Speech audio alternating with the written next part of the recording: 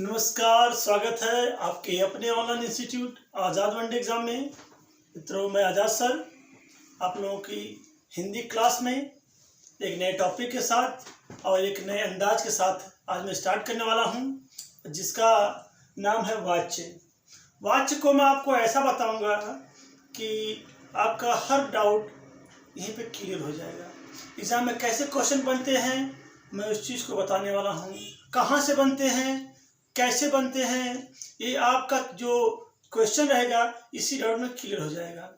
और जो लोग वीडियो पे पहली बार आए हैं वो लोग सब्सक्राइब कर दें और बेल आइकन जरूर दबाएं और कमेंट मुझे जरूर करें कि वीडियो आपको कैसी लगी।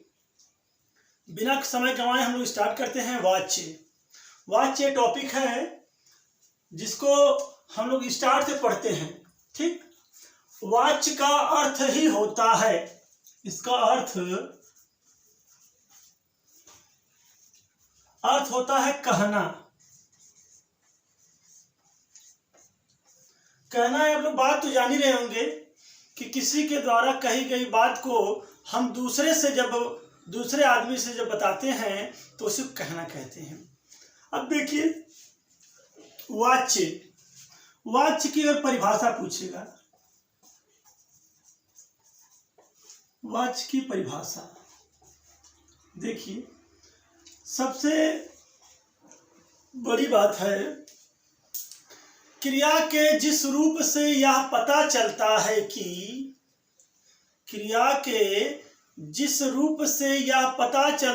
कि क्रिया द्वारा किया गया कार्य कर्ता कर्म या क्रिया है तो व्याकरण में उसे हम वाच्य कहते हैं। क्रिया के जिस रूप से, देखिए आप लोग लिखते चलिए, पेज और कलम ले लीजिएगा। क्रिया के जिस रूप से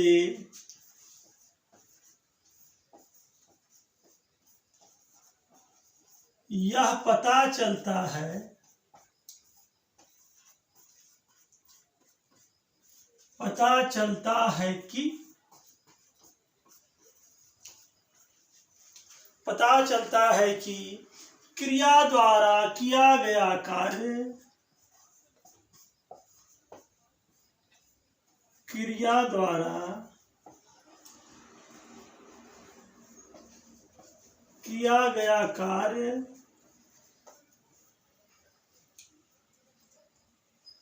क्रिया द्वारा किया गया कार्य कर्ता और कर्म और क्रिया क्या है? क्रिया है तो इसे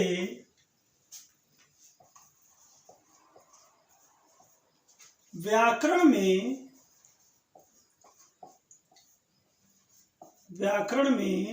वाच्य कहते हैं। क्या कहते हैं? वाच्य कहते हैं। देखिए, क्रिया के जिस रूप से यह पता चलता है कि क्रिया द्वारा किया गया कार्य कर्ता कर्म क्रिया है तो इसे व्याकरण में वाच्य कहते हैं। अब यहां पर आता है वाच्य के प्रकार। क्या होता है? देखिए, वाच्य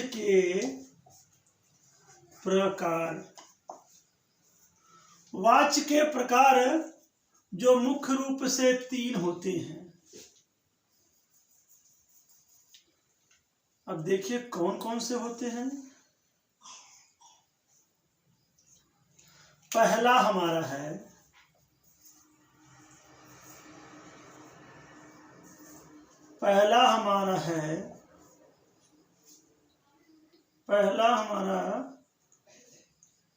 कर्तृवाच्य, दूसरा हमारा है कर्मवाच्य तीसरा हमारा है भाववाच्य। ठीक ना, यहां तक बात क्लियर हुई ना। वाच्य के प्रकार, वाच्य के 3 प्रकार होते हैं, एक कर्तृवाच्य, एक कर्मवाच्य, एक भाववाच्य। बात यहां तक समझ में आप लोगों को आ गई है। तो अब हम स्टार्ट करते हैं, यहाँ पे स्टार्ट करते हैं हम लोग हैं पहला कर्तृवाच्य। ठीक, तो पहला हमारा है पहला कर्तृवाच्य। कर्तृवाच्य, कर्तृवाच्य देखिए, जहां पर क्रिया का संबंध केवल कर्ता से होता है, जहां पर क्रिया का संबंध कर्ता से होता है उसे हम जो है कर्तृवाच्य कहते हैं। देखिए लिखिए, जहां पर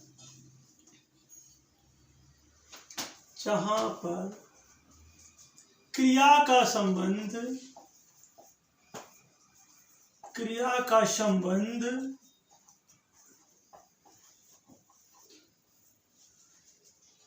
केवल कर्ता के साथ हो, केवल कर्ता के साथ हो, तो उसे कर्तृवाच्य कहते हैं। कर्तृवाच्य कहते हैं। बात समझ में आई यहां तक? जहां पर क्रिया का संबंध केवल कर्ता के साथ हो तो उसे हम कर्तृवाच्य कहते हैं। इसमें इंपॉर्टेंट पॉइंट नोट करिएगा, इंपॉर्टेंट यहां पे लगाएगा इंपॉर्टेंट।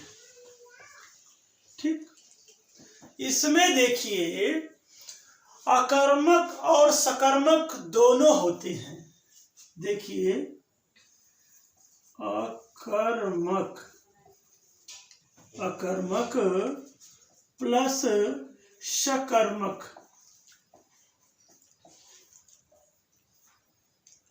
दोनों, ये मेन पॉइंट याद रखिएगा। कर्तृवाच्य में अकर्मक और सकर्मक दोनों होते हैं। ठीक ना, जैसे अगर उदाहरण इसका देखा जाए, जो एग्जाम में पूछा जाता है कि ये क्या कौन सा वाच्य है और हम उसकी पहचान नहीं कर पाते हैं, लेकिन आप लोग आसानी से पहचान कर लेंगे। देखिए सबसे पहले उदाहरण हमारा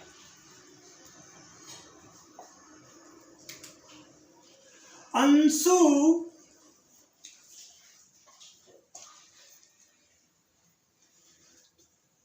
क्रिकेट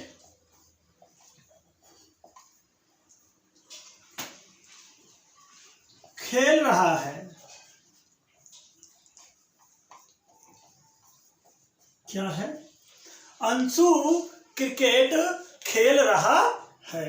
अब बात हुई है कि अब देखिए यहां पर क्या है, ये अंशु है, क्रिकेट है और खेल भी रहा है। तो ये हमारा अंशु क्रिकेट खेल रहा है। अब अंशु हमारा क्या हो जाएगा? कर्ता हो जाएगा, कर्ता हो जाएगा। क्रिकेट क्या हो जाएगा? ये कर्म है उसका। और खेल रहा क्या मतलब है? ये क्रिया हमारी है। ठीक है, अंशु क्रिकेट खेल रहा है, ये कर्ता, कर्म और क्रिया। यहां कोई डाउट, किसी कोई दिक्कत? देखिए हमने कहते राम पत्र लिखता है, दूसरा क्या हमारा है? राम पत्र लिखता है।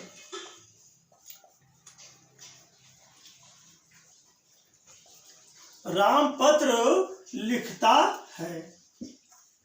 ठीक ना, देखिए ये दूसरा है, ये पहला है। तो इसमें कर्ता क्या है? अब बिना बताए, बिना आप हमें कुछ कहे आप बताएंगे कि कर्ता सर जी तो ये देखिए कर्ता क्या इसमें है? कर्ता हमारा क्या है? राम है। राम क्या है? ये कर्ता है। अब पत्र हमारा क्या है? कर्म है। और लिखना क्या हमारा है? ये क्रिया है। लिखता जो है ये क्रिया कर रहा है, लिख रहा है कि पढ़ रहा है कि लेके उसे रख दिया है, ये क्या हमारा है? ये क्रिया हो गई। यहां तक कोई दिक्कत? बात समझ में आ गई ना? यहां पे कोई दिक्कत हो तो बताइएगा, कमेंट हमें जरूर करिएगा। इसमें कर्मक सकर्मक दोनों होते हैं। ठीक। दूसरा हमारा है कर्म वाच्य। कर्मवाच्य, कर्मवाच्य देखिए जहां पर क्रिया का संबंध कर्म से हो तथा क्रिया का लिंग के अनुसार हो। ठीक है, देखिए जहां क्रिया का संबंध, जहां क्रिया का संबंध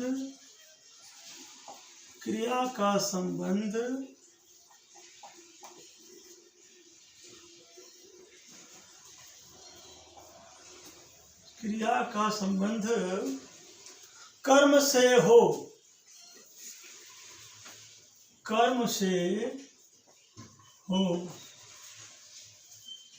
से तथा क्रिया लिंग के,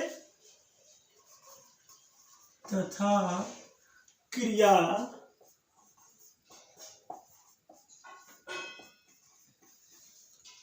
लिंग कर्म के अनुसार हो। लिंग वचन कर्म के अनुसार हो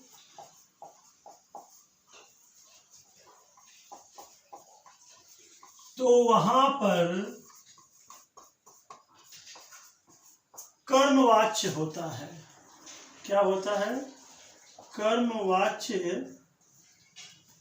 होता है। देखिए इसमें इंपॉर्टेंट पॉइंट क्या है? इंपॉर्टेंट पॉइंट याद हमेशा रखना है, इस वाक्य में केवल सकर्मक होता है। इस वाक्य में हमेशा सकर्मक होता है। क्या होता है? सकर्मक होता है। देखिए ट्रिक याद रखिएगा, ट्रिक आजाद सर, ये ट्रिक मेरे द्वारा बनाई गई है। इसमें या तो से आए या द्वारा आए या के द्वारा आए। देखिए से, द्वारा या के द्वारा, यह चीज आपको जरूर आएगा। उदाहरण में देख लीजिएगा। देखिए अब यह चीज आपको से मिलेगा या द्वारा मिलेगा या के द्वारा मिलेगा। जैसे हमने कह दिया बालक से रोटी खाई जाती है। किससे? बालक से रोटी खाई जाती है।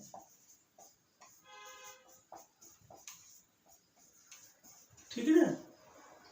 से आपका देखिए आगे, यहां पर आगे ना, सर्वेश के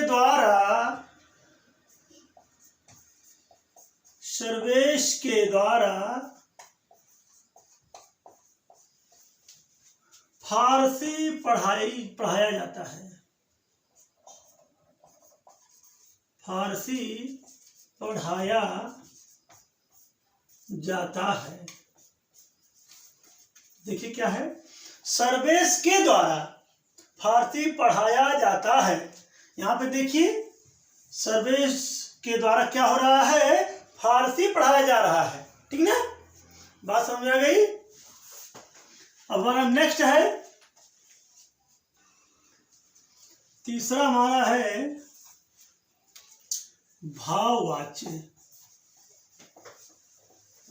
भाववाच्य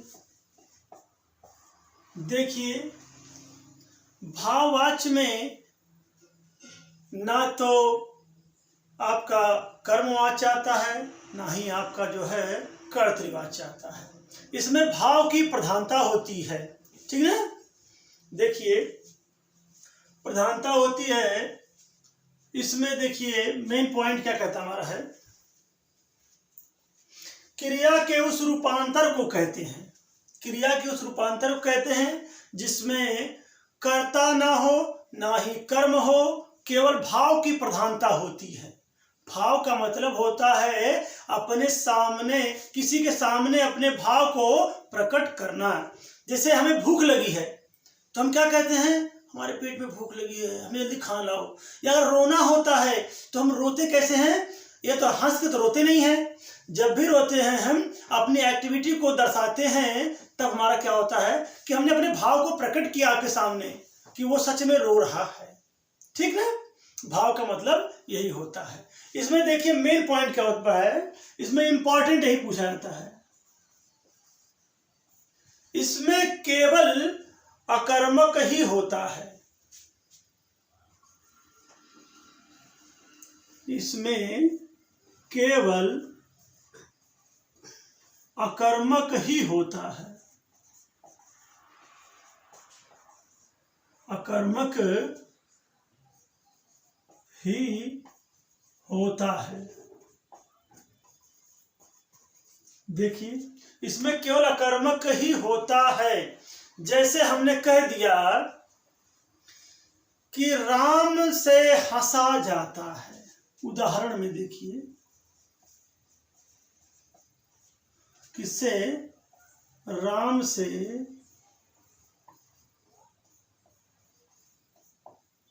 हंसा जाता है। राम से हंसा जाता है, भाव क्या है, हंसना। जैसे हमने कह दिया साहब से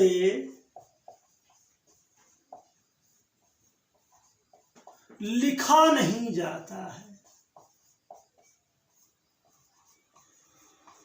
नहीं जाता है। क्या है, लिखा नहीं जाता है। साहब से लिखा नहीं जाता है मतलब अब लिखा नहीं जाता, बस करो, रहने दो।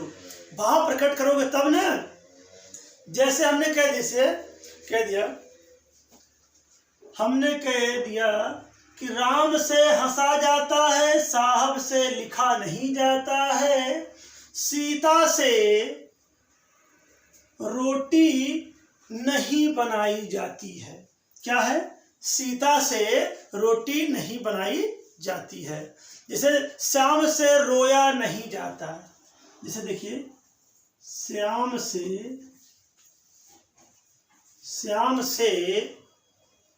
रोया जाता है,